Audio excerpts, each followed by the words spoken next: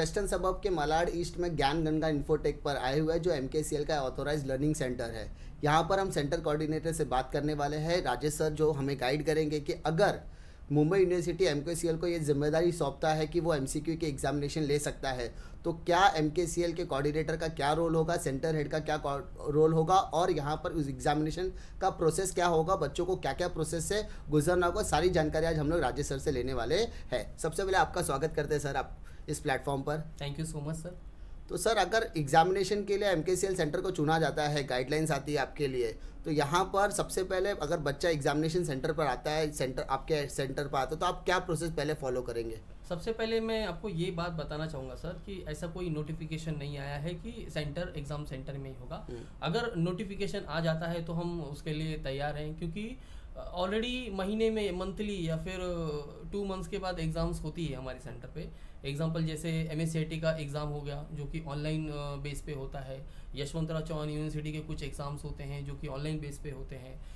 तो हम तैयार हैं उस चीज़ के लिए, अगर सेंटर पे इस तरह के बच्चे अगर आते हैं एग्ज़ाम देने के लिए। तो सर, अगर एग्जामिनेशन सेंटर पे बच्चा आता है तो उसको सबसे पहले क्या करना होगा? हाँ, अगर हमारे सेंटर में एग्ज़ाम होता है तो उसका प्रोसेस कुछ इस तरीके से है। तो जो भी बच्चे हमारे पास आते हैं उनके पास एक हॉल टिकट होता है और उनके पास ID प्रूफ होगा, तो हम उसको चेक करेंगे, वेरीफाई करेंगे। अगर हॉल टिकट प्रॉपर है, उनका वैलिड आई कार्ड है, जो भी है आधार कार्ड या पैन कार्ड जो भी होगा, उसके बाद हम उनको सेंटर में इंटर करते हैं, उनको एक सिस्टम प्रोवाइड करते हैं। जैसा कि सर आपने कहा सिस्टम की बात आपने की, तो यहाँ पे सिस्टम यानी अगर एक बच्चा एक PC के सामने बैठता है तो उसको सामने क्या क्या देखने के लिए मिलेगा? जैसे सिस्टम के पास अगर बच्चा बैठेगा तो उसके सामने एक मॉनिटर होगा, कीबोर्ड होगा, माउस होगा और एक वेब कैम लगा होगा। उसके अंदर ऑडियो इनपुट भी होगा। तो इस तरीके से।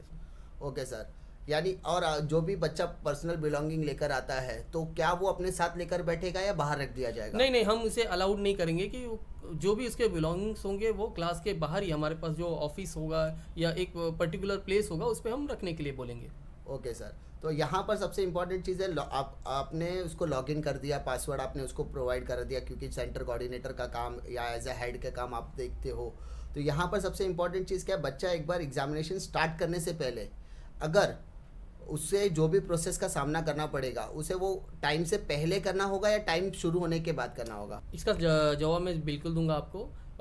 अगर हमारे सेंटर में एग्ज़ाम होता है तो उनको हम टाइम के पहले बुलाते हैं। सपोज़ अगर समझो 11 AM को एग्ज़ाम होने वाली है तो हमको हाफ एन आवर पहले उनको एग्ज़ाम सेंटर पे रिपोर्ट करना होगा। उसमें हम वेरीफाई करेंगे उनका हॉल टिकट और उनका जो भी ID प्रूफ है वो वेरीफाई करेंगे।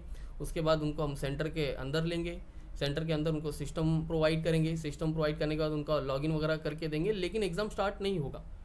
एग्ज़ाम स्टार्ट होने के पहले सारी चीज़ें जो ऑनलाइन एग्ज़ाम के लिए रिक्वायरमेंट है वो हम उनको करके देंगे।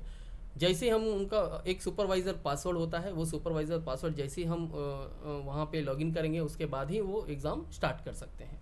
ओके सर, तो यहाँ पर अगर एग्ज़ाम स्टार्ट होने के बाद मल्टीपल चॉइस क्वेश्चन देने के बाद अगर इन बिटवीन यानी एग्जामिनेशन का ड्यूरेशन अगर 1 घंटा कहा गया है और अगर उस बच्चे को इन बिटवीन किसी भी तरीके के पर्सनल रीज़न की वजह से अगर उसे समझ लीजिए वॉशरूम की फैसिलिटी चाहिए, तो क्या वो बीच में एग्जामिनेशन स्टॉप कर सकता है? नहीं, उसे इस चीज़ की इजाज़त नहीं मिलेगी। अगर उसको वॉशरूम है तो वो पहले एग्ज़ाम में बैठने के पहले उसको वो चीज़ करनी होगी, या तो एग्ज़ाम देने के बाद ही उसे वॉशरूम जाने की फैसिलिटी मिल सकती है। सर, एक इम्पॉर्टेंट क्वेश्चन ये है कि समझ लीजिए एग्जाम शुरू होने के बाद सर्वर की इशू आती है या वाईफाई डिस्कनेक्ट हो जाता है, तो इस हालत में एग्जामिनेशन कैसे कंप्लीट किया जाएगा? एक्चुअली अगर वाईफाई बंद हो जाता है तो मेन सर्वर से उस सिस्टम का कनेक्शन टूट जाएगा, तो इसका मतलब कि वो एग्ज़ाम वहीं पे स्टॉप हो जाएगा उसका।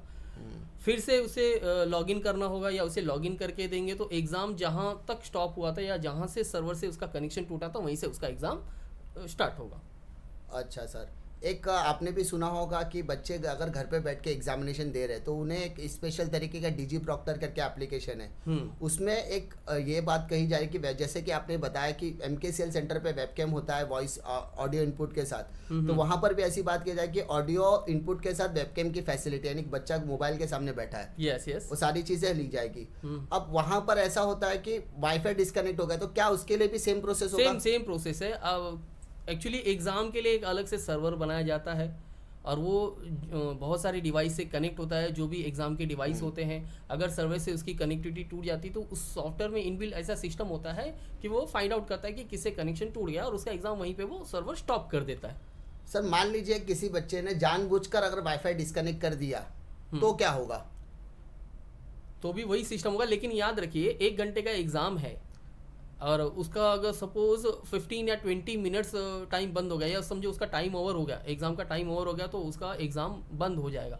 फिर वापस से वो लॉगिन कर नहीं पाएगा। तो फिर उसके लिए स्पेशल अथॉरिटी से उसको कांटेक्ट करना होगा, या वहाँ का जो सुपरवाइज़र होगा, सपोज अगर सेंटर में एग्ज़ाम देते हैं तो वहाँ का सुपरवाइज़र कांटेक्ट करेगा, या तो फिर अगर घर पे एग्ज़ाम दे रहा है तो वो उनको एक पर्टिकुलर कांटेक्ट नंबर मिल सकता है, या फिर वहाँ पे सॉफ्टवेयर में एक ऐसी फैसिलिटी होगी कि वो टिकट जनरेट कर सकता है या कस्टमर केयर से कांटेक्ट कर सकता है। इसका मतलब यहाँ पे हर एग्जामिनेशन लेने के लिए एक नोडल ऑफिसर को अपॉइंट किया जाएगा जो आपके एग्जामिनेशन को कंट्रोल करने का काम किया जाएगा। यानी ये फैसिलिटी इतना तो श्योर है कि एक सिक्योरिटी सिस्टम के साथ होगा और ये सर्वर इतना स्ट्रांग बनाया जाएगा कि यहाँ पे लाखों लॉगिन एक साथ किया जाए। यस सर, जरूर। तो यहाँ पर आपको अगर लग रहा है कि आपकी वाईफाई डिस्कनेक्टिविटी हो रही है या आपका नेटवर्क इतना स्ट्रांग नहीं है, तो क्या ये सिस्टम इतना पोटेंशियल है कि लो ब्रॉडबैंड में भी कनेक्ट रहे, एग्जामिनेशन कंटिन्यू रहे? नहीं, इसके लिए बैंडविड्थ भी थोड़ी अच्छी होनी चाहिए। तो ये इंश्योर करना चाहिए आपको कि आपका नेट कनेक्शन अच्छा हो, सिग्नल प्रॉपर आ रहा होगा। अगर जरा सा भी सिग्नल में थोड़ा सा भी इशू होगा तो सर्वर से उसका कनेक्शन टूट सकता है। इस बात को स्टूडेंट को ध्यान रखना चाहिए। यानी अगर बच्चा घर पे बैठ के एग्जाम दे रहा है तो उसे ये सारी चीज़ों का ध्यान रखना चाहिए। और अगर उसे लगता है कि मैं ये सारी चीज़ों को मैनेज नहीं करता तो आपका क्या सजेशन है कि उसे MKCL ऑप्ट करना चाहिए सेंटर के तौर पे? यस। अगर उनको लगता है कि उनके पास जो डिवाइस है या प्रॉपर इंटरनेट की फैसिलिटी नहीं है, तो MKCL के जो ऑथोराइज लर्निंग सेंटर हैं, जो कि MSCIT सेंटर है, आप वहाँ से भी एग्ज़ाम दे सकते हैं। बट अभी नोटिफिकेशन आया नहीं, अगर आएगा तो ज़रूर कीजिएगा। और MKCL के जो ऑथोराइज लर्निंग सेंटर वो हमेशा सपोर्ट करने के लिए तैयार है इस सिचुएशन में। क्योंकि मेरे हिसाब से सर यहाँ पे अगर MKCL के सेंटर से अगर कोई भी चूक होती है या वाईफाई डिस्कनेक्ट होता है या सर्वर का इशू आता है, तो MKCL अथॉरिटी अपने अथॉरिटी स्टाफ से बात करके, सुपीरियर से बात करके वो सारी चीजें एक्सटेंड कर सकते हैं। यस, लेकिन अगर बच्चे को ये प्रॉब्लम्स आएगी तो कहीं ना कहीं उसे मुसीबत का सामना करना पड़ सकता है, प्रॉब्लम्स फेस करना पड़ सकता है। जरूर। अब एक इंपॉर्टेंट क्वेश्चन मैं पूछूंगा कि एग्जामिनेशन वो कब क्विट कर सकता है? एक्चुअली जब ऑनलाइन एग्ज़ाम कंडक्ट होता है तो एक पर्टिकुलर सॉफ्टवेयर पे कंडक्ट होता है, तो उसमें इनबिल्ट ऐसा सिस्टम होता है कि आप हाफ एन आवर के बाद ही जो है एग्ज़ाम क्विट कर सकते हो। उसका एक टाइमर होता है, उस टाइमर के बाद ही आप एग्ज़ाम क्विट कर सकते हो, एंड कर सकते हो। और अगर एग्जाम यानी अगर ड्यूरेशन ही खत्म हो जाए तो वो ऑटोमेटिक क्लोज हो जाएगा। अगर ड्यूरेशन खत्म हो जाएगा तो ऑटोमेटिक क्लोज हो जाएगा, उसका मार्क भी ऑटोमेटिक जनरेट हो जाएगा।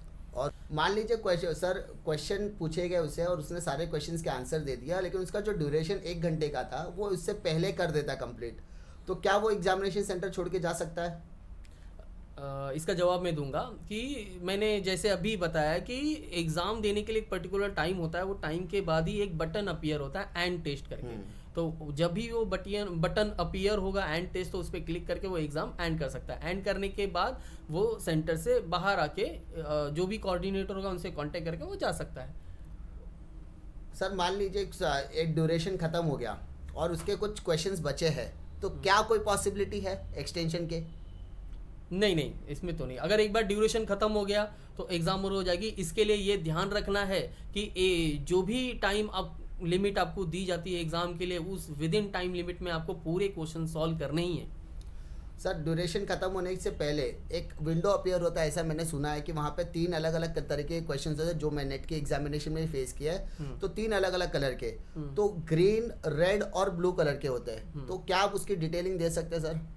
ग्रीन कलर में जो क्वेश्चन होता है ऑलरेडी आपने सॉल्व कर लिया है। रेड कलर जो है ऑन अटेम्प्ट है, और एक जो दूसरा कलर आप बोल रहे हैं उसके लिए आपने अभी सिर्फ टिक करके रखा, उसको सेव नहीं किया है। यानी अगर आपने एग्जाम आंसर दे दिया है तो वो ग्रीन अपीयर होगा, अगर आपने उस क्वेश्चन के आंसर नहीं दिए तो वो रेड अपीयर होगा। लेकिन अगर आपने उसको टिक किया लेकिन यू आर नॉट श्योर कि आप उसको सेव करना चाहते हो, तो आप वो हेल्ड फॉर रिव्यू करके या तो वो पर्पल शो होगा या तो ब्लू शो होता है। वो डिफरेंट सॉफ्टवेयर के अलग अलग सिस्टम होते हैं। उम्मीद करता हूँ कि आपके सारे क्वेश्चंस के आंसर मिल गए होंगे। सर पिछले 5-6 महीने से बच्चों का एकदम एक तरीके से बोलते हैं ना मिक्सचर हो गया था। उनको बहुत ज़्यादा कन्फ्यूजन में रखा गया। पहले स्टेट गवर्नमेंट ने कहा कि एग्जामिनेशन नहीं होगी, बाद में से यूजीसी ने अपोज किया, मैटर सुप्रीम कोर्ट में गया। ये सारी कंट्रोवर्सी में एग्जामिनेशन कहीं ना कहीं साइड में हो गया। लेकिन अब सुप्रीम कोर्ट का एक मैटर आने के बाद, सुप्रीम कोर्ट का डिसीजन आने के बाद स्टेट गवर्नमेंट ने कहा एग्जामिनेशन होगी। तो इस पैंडेमिक के सिचुएशन में जो बच्चों को कन्फ्यूजन में था, वो कन्फ्यूजन में कहीं ना कहीं दूर करने की कोशिश कर रहा हूँ। और इसमें आपने मुझे बहुत ज़्यादा सपोर्ट किया, इसके लिए मैं बहुत ज़्यादा थैंक यू आपके लिए कहना चाहता हूँ। शुक्रगुजार हूँ कि आप मुझे इतना टाइम दिया, आपने बच्चों की प्रॉब्लम्स को सॉल्व करने की कोशिश की। Thank you sir.